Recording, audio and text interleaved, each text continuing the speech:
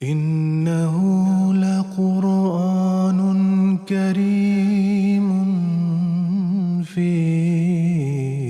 كتاب مكنون لا يمسه إلا المطهرون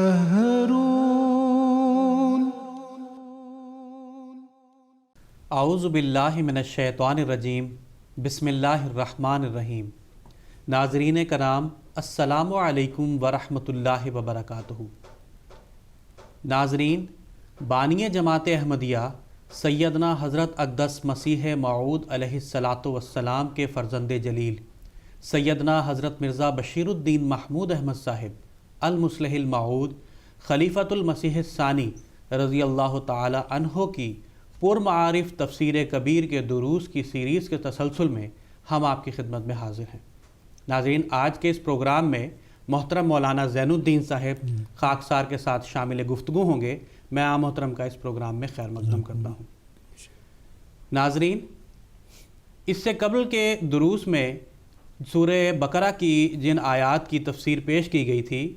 آج کے پروگرام میں اس سے آگے کی تفسیر کو پیش کیا جائے گا۔ میں محترم مولانا زین الدین صاحب سے درخواست کرتا ہوں کہ آج کے درس کا آغاز فرمائیں۔ جزاکم اللہ نسم السلام۔ آج سورہ بقرہ کی آیت نمبر 7 کی تشریح شروع ہوتی ہے۔ اعوذ باللہ من الشیطان الرجیم۔ ان الذین کفروا سواء علیہم اانذرتہم ام لم تنذرہم لا یؤمنون۔ وہ لوگ جنہوں نے کفر کیا ہے دران حال یہ کہ تیرا ڈرانا یا نہ ڈرانا ان کے لیے برابر ہے، ہرگز ایمان نہیں لائیں گے۔ تو اس آیت کی تفسیر میں سیدنا حضرت خلیفۃ الثانی رضی اللہ تعالیٰ عنہ فرماتے ہیں، پہلی آیات میں ان لوگوں کا حال بتایا تھا جو قرآن کریم پر عمل کریں گے،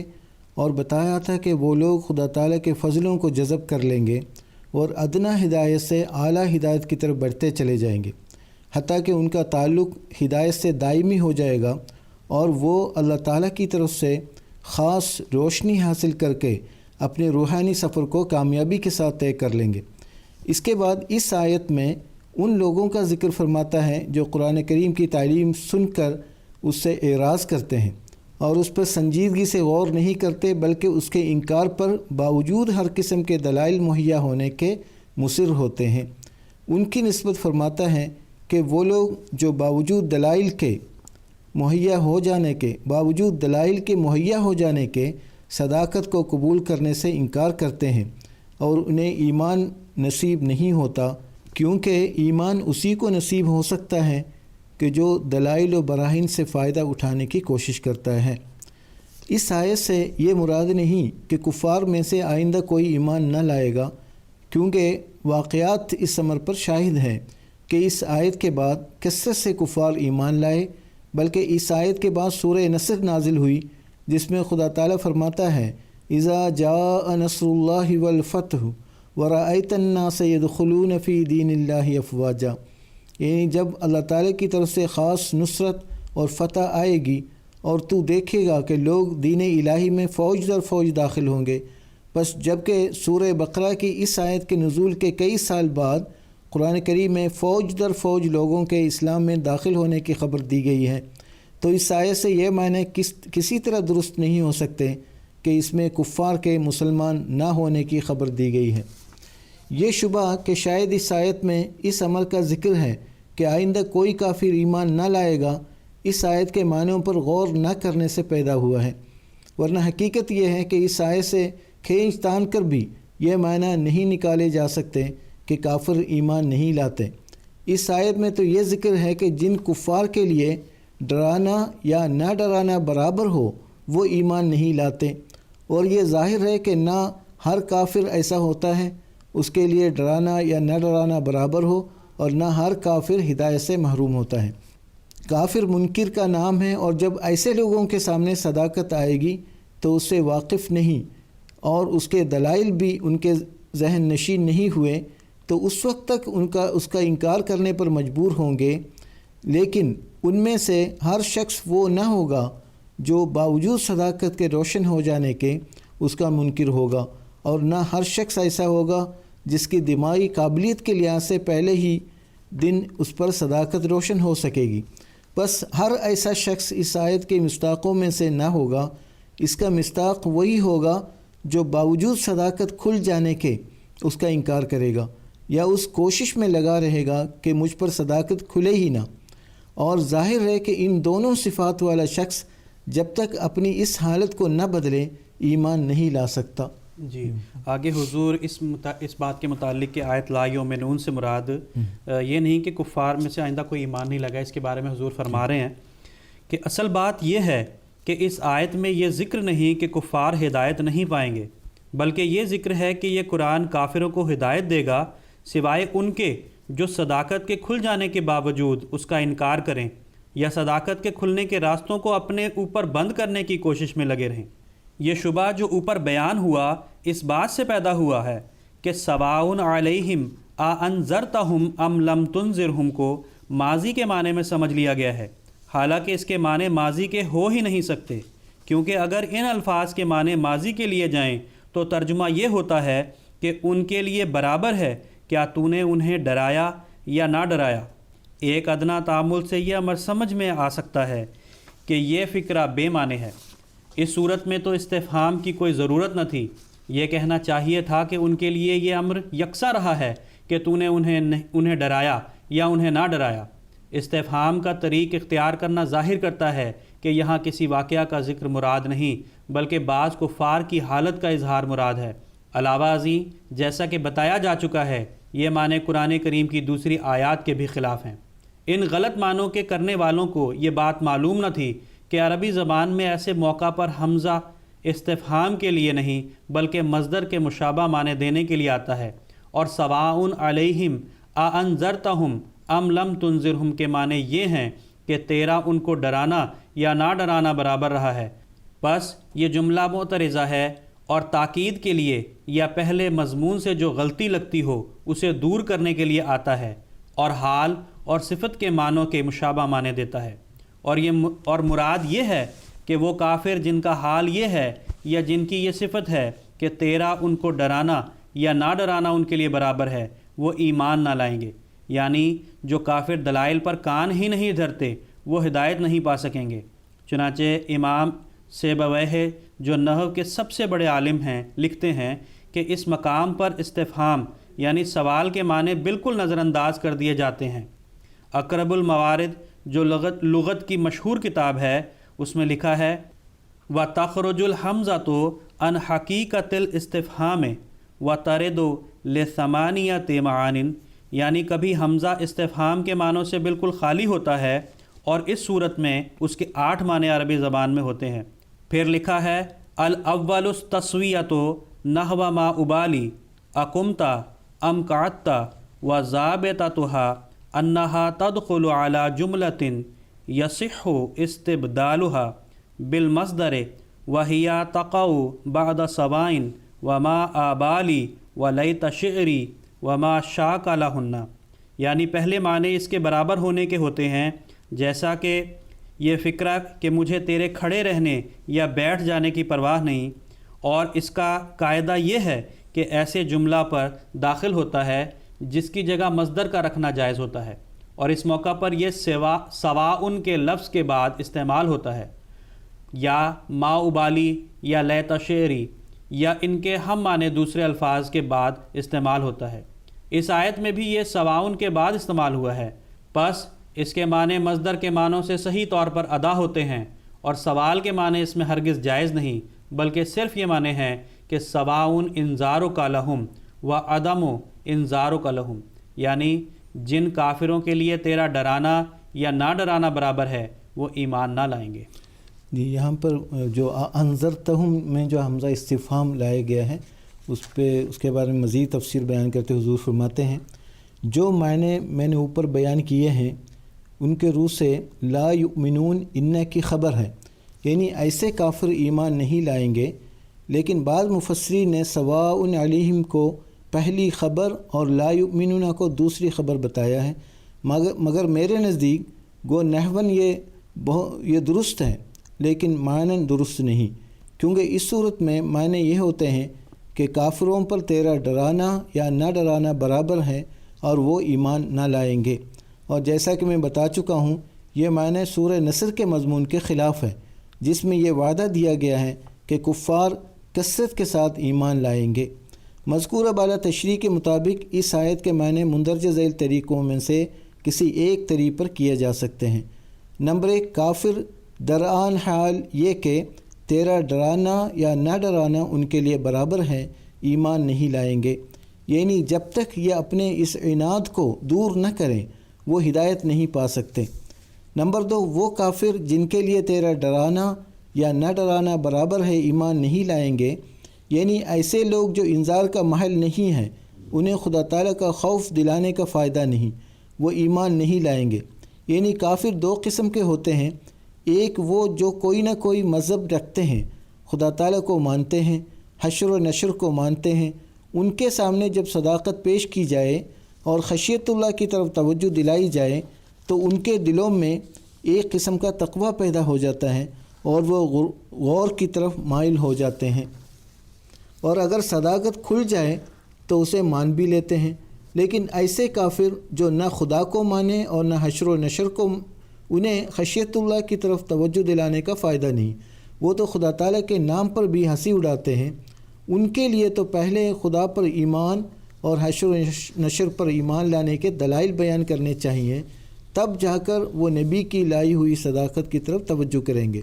کیونکہ اللہ تعالیٰ پر ایمان کے بعد ہی خشیت پیدا ہوتی ہے، اور تبھی خشیت اللہ کی طرف توجہ دلانا ایمان کا موجب ہو سکتا ہے۔ تیسرے معنی اس آیت کے یہ ہو سکتے ہیں کہ وہ کافر جن کے لیے تیرا ڈرانا یا نہ ڈرانا برابر ہے، یعنی وہ سننا ہی نہیں چاہتے، تو انہیں واعظ کرے یا نہ کرے ان کے لیے یکساں ہے، کیونکہ انہوں نے تو اسے سننا ہی نہیں۔ ایسے لوگ بھی ایمان نہیں لا سکتے اور ایمان نہیں لائیں گے۔ بعض لوگ اعتراض کرتے ہیں کہ اس سے کم یہ تو معلوم ہوا کہ ایک طبقہ انسانوں کا ایسا ہے جو ایمان سے محروم ہے، لیکن یہ اعتراض غلط فہمی پر مبنی ہے، کیونکہ کسی حالت کا نتیجہ بتانے کے یہ معنی نہیں ہوتے کہ وہ حالت بھی نہیں بدل سکتی۔ اس میں کوئی شک نہیں کہ جس شخص کے لیے ڈرانا یا نہ ڈرانا برابر ہو وہ ایمان نہیں لا سکتا، لیکن اس حالت کا ہمیشہ رہنا تو ضروری نہیں۔ بڑے بڑے ضدی شخص کبھی اپنی ضد کو چھوڑ دیتے ہیں اور اس وقت ان کے لیے ہدایت کا راستہ کھل جاتا ہے۔ خود حضرت عمر رضی اللہ عنہ جو حضرت صلی اللہ علیہ وسلم کے بعد دوسرے خلیفہ ہوئے، ان کے متعلق تاریخوں میں آتا ہے کہ قرآن کا خود سننا تو الگ رہا، وہ دوسروں کو سننے نہ دیتے تھے، لیکن ایک دن ایسا اتفاق ہوا کہ وہ قرآن کریم سننے پر اپنے بہنوئی کو مارنے لگے، اور بہن درمیان میں آ گئی اور اسے چوٹ آ گئی۔ چونکہ شریف آدمی تھے اور اس کو زخمی دیکھ کر ندامت پیدا ہوئی، اور اس ندامت کی وجہ سے کہا، اچھا مجھے دکھاؤ تم کیا پڑھ رہے تھے۔ اچھا، اس کے بعد قرآن کریم کا کچھ حصہ پڑھا اور فوراً ایمان لے آئے۔ سیرت ابن ہشام۔ پس یہ حالت ایمان سے بے شک محروم کر دیتی ہے، مگر یہ حالت بدل بھی جاتی ہے، اور اس وقت انسان کے لیے ایمان نصیب ہونے کا راستہ کھل جاتا ہے۔ جی، اس کے بعد حضور اگلی آیت کی تفسیر بیان فرما رہے ہیں۔ میں پہلے آیت پڑھ دیتا ہوں۔ ختم اللہ علی قلوبہم وعلی سمعہم وعلی ابصارہم غشاوہ ولہم عذاب عظیم۔ ترجمہ اس آیت کا یہ ہے کہ اللہ نے ان کے دلوں پر اور ان کے کانوں پر مہر کر دی ہے، اور ان کی آنکھوں پر پردہ پڑا ہوا ہے، اور ان کے لیے ایک بڑا عذاب مقدر ہے۔ اس آیت کی تفسیر میں حضور آگے بیان فرما رہے ہیں کہ اس آیت میں ان کفار کا انجام بتایا ہے کہ جن میں مذکورہ بالا آیات والی صفت پائی جاتی ہیں، نہ کہ ہر کافر کا۔ یہ طبعی قاعدہ ہے کہ جو عضو انسان استعمال نہیں کرتا وہ بیکار ہو جاتا ہے۔ بعض ہندو سادھو اپنا ہاتھ کھڑا رکھ کر سکھا دیتے ہیں۔ اسی طرح اگر آنکھ سے کام نہ لیا جائے تو بالآخر اس کی بینائی جاتی رہتی ہے، اگر کانوں سے کام نہ لیا جائے تو سنوائی مفقود ہو جاتی ہے، اور اگر زبان کو بند رکھا جائے تو گویائی جاتی رہتی ہے۔ یہی حال باطنی حصوں کا ہے، ان سے بھی اگر کام نہ لیا جائے تو وہ بھی کچھ عرصہ کے بعد معطل ہو جاتی ہیں۔ اس لیے اللہ تعالیٰ فرماتا ہے کہ چونکہ یہ کفار قلوب کی نظر سے کام نہیں لیتے رہے، اس لیے ان کے قلوب کی بینائی جاتی رہی ہے، اور وہ مردہ دل ہو گئے ہیں، اور چونکہ باوجود کان رکھنے کے وہ ہماری باتیں نہیں سنتے اور باوجود آنکھیں رکھنے کے نشانات اور واقعات نہیں دیکھتے رہے، اس لیے اس کا نتیجہ یہ ہوا کہ دین کی طرف سے ان کی یہ حصیں بیکار ہو گئی ہیں۔ اگر وہ اپنی آنکھوں سے کام لیتے اور حق کی باتیں سنتے اور ان کو سمجھتے تو اس عذاب میں مبتلا نہ ہوتے۔ چنانچہ دوزخیوں کی نسبت آتا ہے کہ وہ عذاب میں مبتلا ہو کر کہیں گے کہ لو کننا نسمع او نعقل ما کننا فی اصحاب السعیر، اگر ہم ان کی باتیں سنتے یا خود سمجھنے کی کوشش کرتے تو آج دوزخ والوں میں شامل نہ ہوتے۔ غرض اس آیت میں اللہ تعالیٰ نے 3 لطیف باتوں کی طرف اشارہ فرمایا ہے اور توجہ دلائی ہے کہ اگر غور کرو تو انادی کافر وہی ہوتے ہیں جو دل، کان اور آنکھوں سے کام لینا چھوڑ دیتے ہیں، اور ہدایت کے یہی 3 بڑے ذریعے ہیں، اور ہر ایک بات پر غور انہی 3 طریق سے ہو سکتا ہے۔ اول دل ہے۔ سب سے پہلا ہدایت کا ذریعہ یہی ہے۔ جو شخص سوچنے کا عادی ہوتا ہے وہ 20 صداقتوں کو پا لیتا ہے۔ دوم کان ہیں۔ اگر کسی میں زیادہ عقل اور سمجھ نہیں ہوتی کہ غور کر کے خود فیصلہ کر لے، وہ کسی سے سن کر بات مان لیتا ہے۔ تیسرے آنکھیں ہیں۔ اگر کانوں سے سن کر ہدایت نہ پائے تو کم سے کم آنکھوں سے دیکھ سکتا ہے کہ جو باتیں مجھ سے کہی جاتی ہیں ان کا نتیجہ دنیا میں کیا پیدا ہو رہا ہے۔ اگر نتیجہ اچھا نکل رہا ہو تو وہ معلوم کر سکتا ہے کہ کانوں سے سن کر وہ باتیں بھلی معلوم نہیں ہوتیں، مگر مشاہدہ نے ان کی تصدیق کر دی ہے۔ لیکن جو بدبخت ان تینوں باتوں سے عاری ہو وہ کبھی کوئی بات نہیں مان سکتا، وہ ہمیشہ دکھ اٹھاتا ہے۔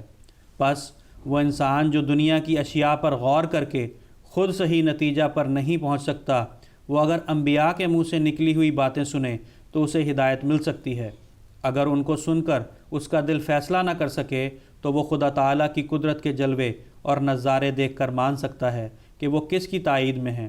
اور اگر وہ نہ خود سوچے اور نہ علم کی باتوں کو سنے اور نہ خدا تعالیٰ کے نشانات کو دیکھے تو اس کا انجام اس کے سوا کیا ہوگا کہ وہ دکھوں میں پڑ جائے۔ اللہ تعالیٰ نے اس جگہ ان لوگوں کو ان تینوں باتوں کی طرف متوجہ کیا ہے اور فرمایا ہے، ہم نے انہیں ایسے دل دیے تھے جو حق و باطل میں تمیز کر سکتے تھے۔ اگر یہ قوت فکریہ سے کام لیتے تو اسلامی صداقتوں کا چشمہ ان کے دلوں سے ہی پھوٹ پڑتا اور یہ اسلام کی دعوت کو سنتے ہی اسے مان لیتے۔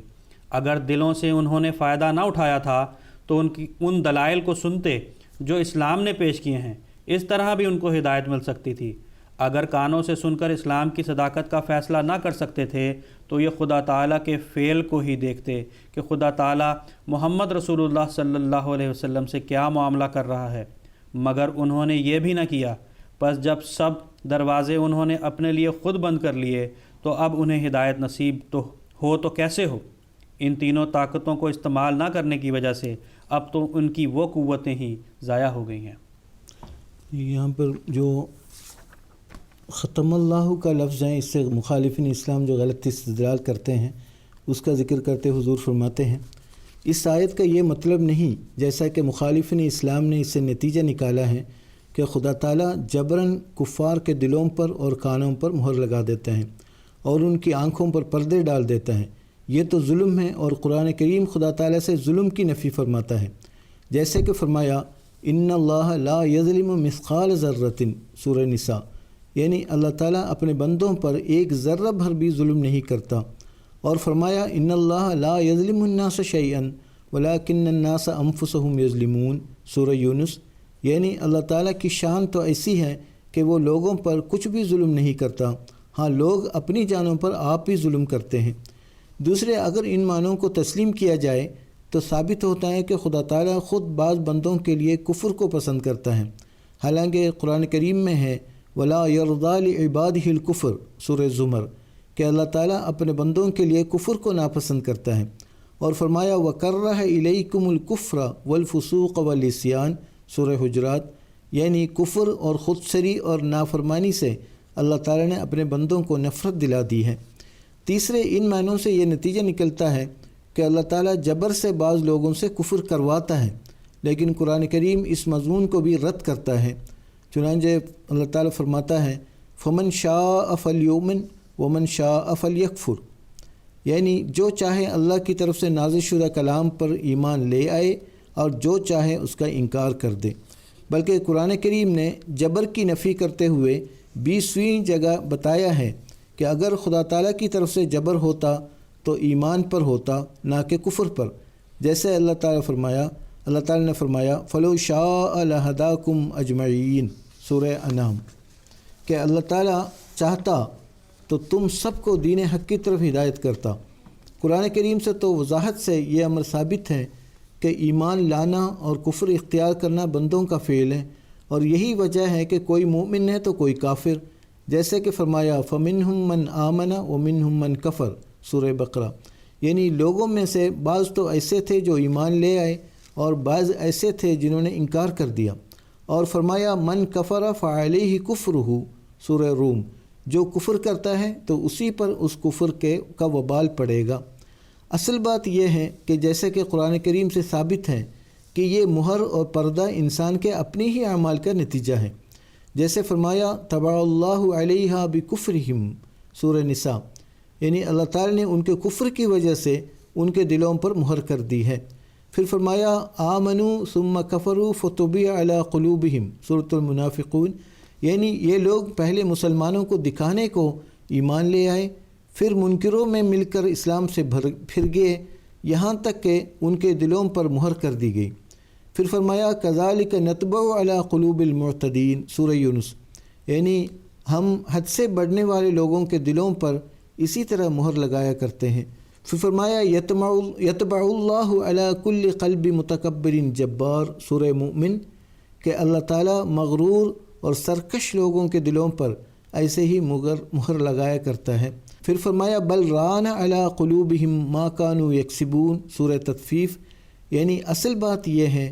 کہ ان کے دلوں پر انہی کے اعمال بد کے زنگ بیٹھ گئے ہیں۔ جی، اس کے بعد حضور جو ہے ختم اللہ میں جو مہر لگانے کی نسبت اللہ تعالیٰ کے لیے بیان کی گئی ہے، اس کا مطلب آگے حضور بیان فرما رہے ہیں۔ حضور فرماتے ہیں اگر کہا جائے کہ پھر کیا وجہ ہے کہ اس آیت میں مہر لگانے کی نسبت خدا تعالیٰ کی طرف کی گئی ہے، تو اس کا جواب یہ ہے کہ چونکہ انسان کے اعمال کا یہ نتیجہ اللہ تعالیٰ ہی کی طرف سے ظاہر ہوتا ہے، اس لیے ان آیات میں ختمہ اور طبع کی نسبت جناب الہی کی طرف کی گئی ہے، ورنہ ایک دوسری آیت میں اس مہر کو خود کفار کی طرف منسوب کیا گیا ہے۔ چنانچہ فرماتا ہے افلا یتدبرون القرآن ام علی قلوب اقفالها، یعنی کیا کفار قرآن کریم کے مضمون پر غور نہیں کرتے، یا یہ بات ہے کہ ان کے دلوں پر انہی کے دلوں سے پیدا شدہ قفل لگے ہوئے ہیں۔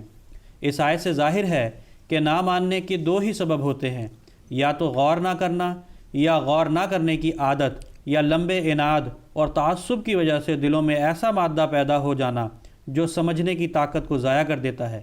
اور استعارتاً اس کی نسبت کہہ سکتے ہیں کہ دلوں میں قفل پیدا ہو کر دلوں کی کھڑکیوں میں لگ گئے ہیں۔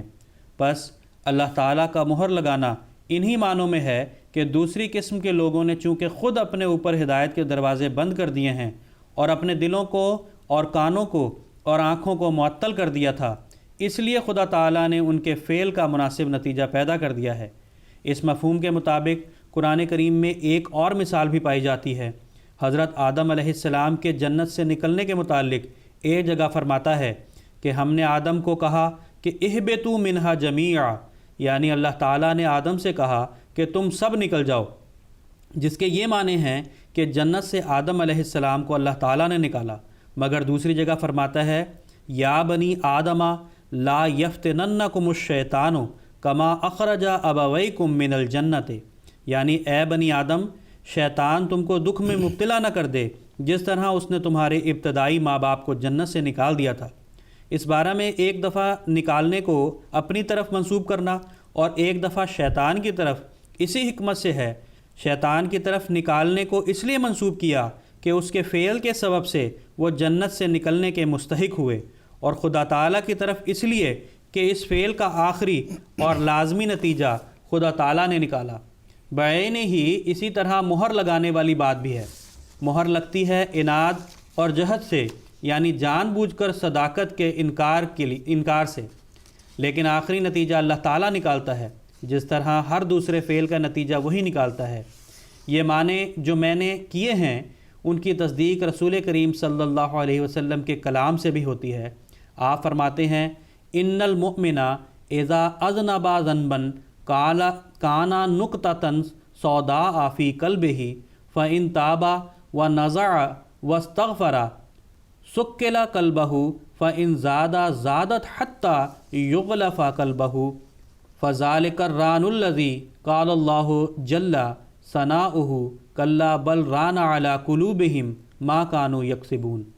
یعنی رسول کریم صلی اللہ علیہ وسلم نے فرمایا کہ جب کوئی مومن گناہ کرے تو اس کے دل پر ایک سیاہ داغ پڑ جاتا ہے، پھر اگر توبہ کرے اور گناہ ترک کر دے اور استغفار کرے تو اس کے دل کو صاف کر دیا جاتا ہے، لیکن اگر گناہ میں بڑھتا جائے تو یہ سیاہی بڑھتی جاتی ہے حتیٰ کہ اس کے دل پر غلاف چڑھ جاتے ہیں۔ اور یہی وہ زنگ ہے جس کا ذکر اللہ تعالیٰ نے فرمایا ہے کہ خبردار بات یہ ہے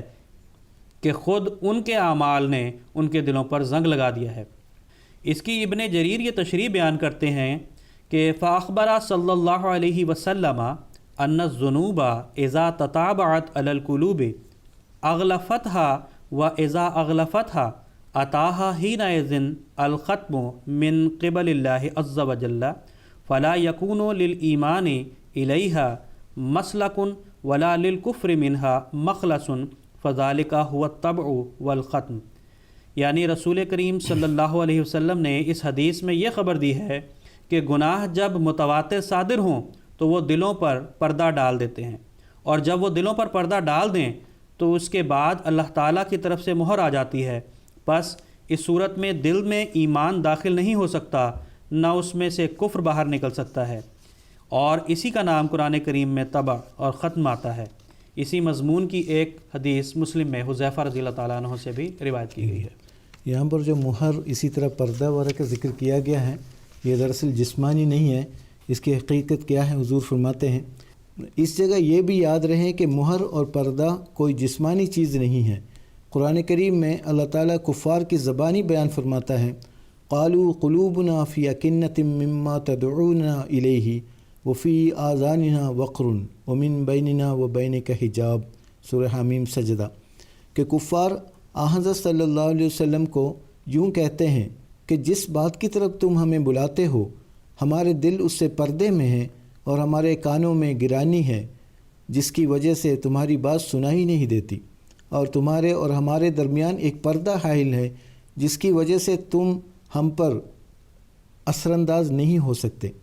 اس سے معلوم ہوا کہ پردہ اور ختم وغیرہ کے الفاظ بطور استعارہ ہیں،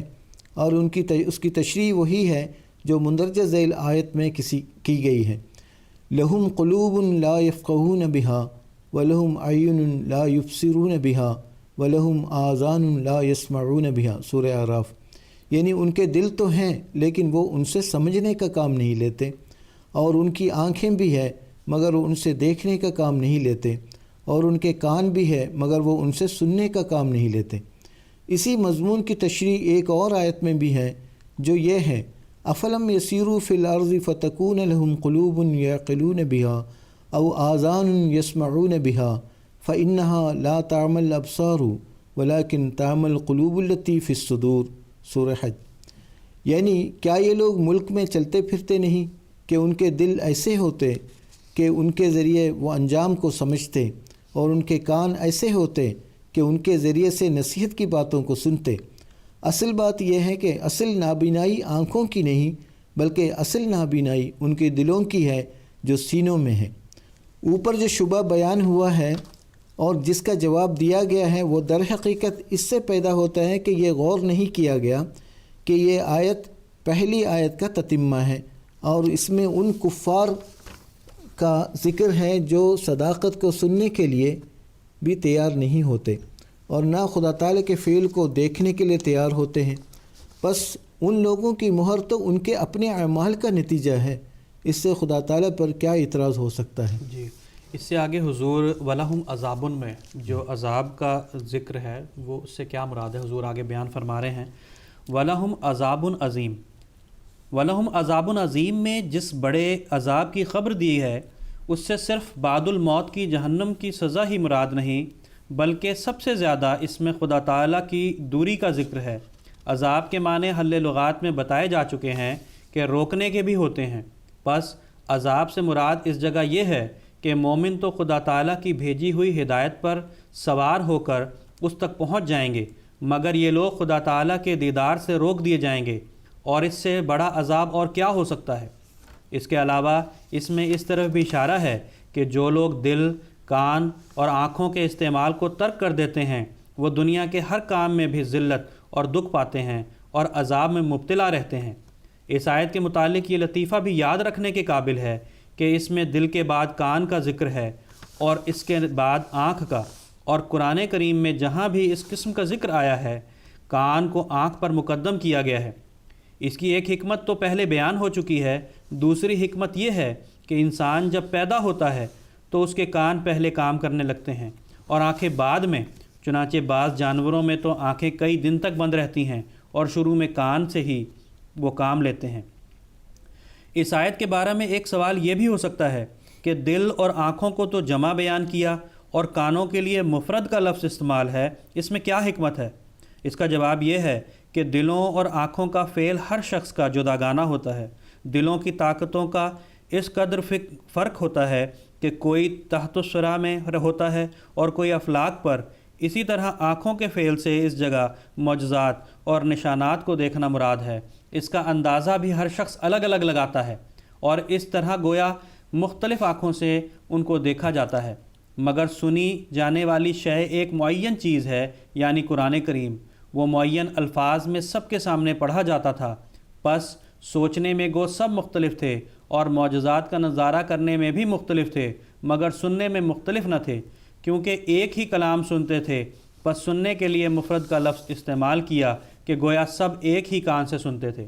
ایک سوال اس آیت کے بارے میں یہ بھی پیدا ہوتا ہے کہ دلوں اور کان کے لیے تو مہر کا لفظ استعمال کیا گیا ہے جو زیادہ سخت ہے، لیکن آنکھوں کے لیے پردہ کا لفظ استعمال کیا ہے جو ہٹ بھی سکتا ہے۔ لیکن سورہ نحل رکوع نمبر 14 میں فرماتا ہے طبع اللہ علی قلوبہم وسمعہم وابصارہم واولئک ھم الغافلون، یعنی اللہ تعالیٰ نے ان کے دلوں، ان کے کان اور ان کی آنکھوں پر مہر لگا دی ہے۔ اس اختلاف کی وجہ یہ ہے کہ پہلے انسان اپنے دل میں غور کرتا ہے، پھر بات سن کر ہدایت پاتا ہے، اور جب یہ بھی نہ ہو تو معجزات کو دیکھتا ہے۔ معجزات کلام کے بعد آہستہ آہستہ ظاہر ہوتے ہیں، اس لیے آنکھوں پر اللہ تعالیٰ کی طرف سے دیر میں مہر لگائی جاتی ہے، کیونکہ اس راستہ کے ذریعہ حجت دیر سے قائم ہوتی ہے۔ پہلے پردے پڑتے ہیں، پھر مہر لگتی ہے۔ بس سورہ بقرہ میں اس حالت کا ذکر ہے کہ جب ابھی مہر کا وقت نہ آیا تھا، اور سورہ نحل میں اس حالت کا ذکر ہے جبکہ معجزات کو دیکھ کر بھی ایک لمبے عرصہ تک انسان ایمان نہ لائے۔ اس جگہ یہ لطیفہ بھی یاد رکھنے کے قابل ہے کہ اس آیت میں اللہ تعالیٰ نے قلوب اور کانوں پر مہر لگانے کو تو اپنی طرف منسوب کیا ہے، لیکن آنکھوں کے پردوں کو اپنی طرف منسوب نہیں کیا۔ اس میں اس طرف اشارہ ہے کہ کفار یہ کہہ سکتے ہیں کہ خدا تعالیٰ نے ہمیں سمجھ نہیں دی کہ ہم اس کی باریک حکمتوں کو سمجھ سکیں، اور یہ بھی کہہ سکتے ہیں کہ ہمیں سننے کا موقع نہیں ملا۔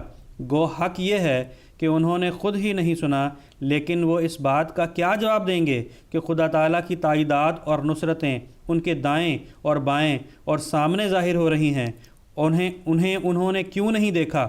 بس اس طرح اس مضمون کو واضح کر دیا ہے کہ ختمہ کا خدا تعالیٰ کی طرف منسوب کیا جانا صرف نتیجہ فعل کے طور پر ہے، ورنہ یہ دونوں نتائج بھی خود کفار کے اعمال کی وجہ سے پیدا ہوئے ہیں، جس طرح ان کا نشانات کو نہ دیکھنا ان کا اپنا فعل ہے۔ ناظرین، اس کے ساتھ ہی ہمارے آج کے اس پروگرام کا وقت ہوا چاہتا ہے۔ انشاءاللہ تعالی اگلے پروگراموں میں اس سے آگے کی تفسیر کو بیان کیا جائے گا۔ تب تک کے لیے ہمیں اجازت دیجیے۔ السلام علیکم ورحمۃ اللہ وبرکاتہ۔